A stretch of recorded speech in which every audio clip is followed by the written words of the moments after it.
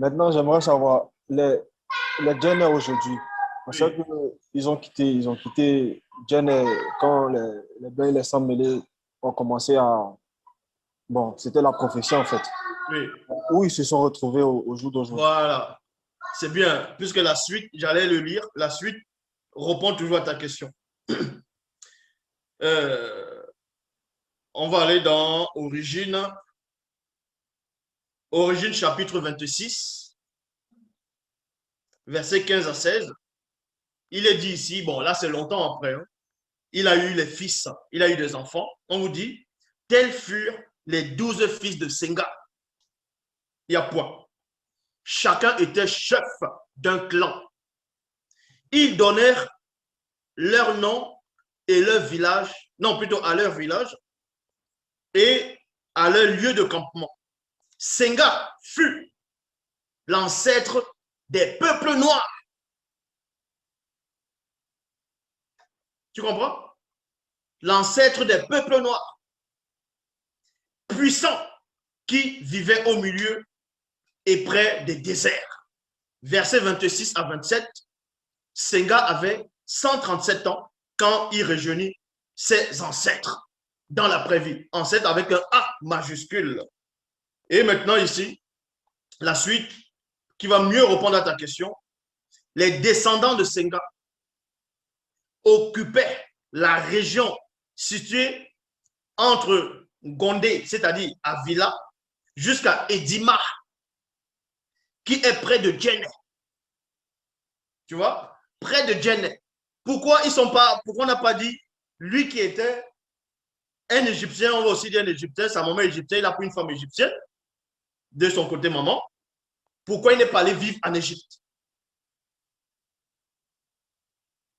Parce qu'il ne fallait pas que le savoir qu'il avait aille encore disparaître là-bas. C'est pour ça qu'on dit ici, les descendants de Senga occupaient la région située entre Ngondé, c'est-à-dire Avila, jusqu'à Edima, qui est près de Djenné. Et dans d'autres territoires, ils sont allés dans plusieurs territoires où il y avait d'autres initiés, d'autres peuples noirs. Ils se sont mélangés là-bas, ils ont eu des enfants, et ainsi de suite. Maintenant, on voit cela où? Quand tu vois par rapport à l'histoire du Cameroun, ce qu'on appelle le Cameroun actuel, il y a beaucoup de tribus au Cameroun. Il y a une tribu qu'on appelle les Bétis. Les Bétis, tu les retrouves au Cameroun, tu les retrouves au Gabon. Au Gabon, on les appelle enfants. Tu les retrouves au Cameroun, tu les retrouves au Gabon, en Guinée équatoriale et en République centrafricaine. C'est comme ça que les Égyptiens ont fait. Donc, si tu vois peut-être un petit noir, peut-être dans un pays d'Afrique centrale ou Afrique de l'Ouest, il a une connaissance, il épate les gens, c'est-à-dire il manipule, il n'a pas fait des grandes études, mais il a une telle science qu'il y a des facultés qui essaient de l'inviter parce qu'il a inventé une technologie. Mais tu te dis, ça vient d'où?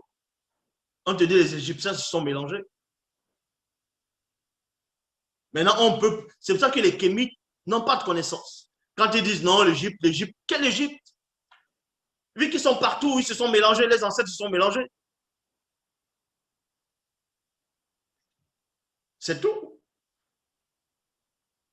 Et quand tu vois même, il y a même ce qu'on appelle Kolaïta, le fils de Tindi, dont Joseph dans les Bibles actuelles, mais lui-même, il a épousé une femme égyptienne.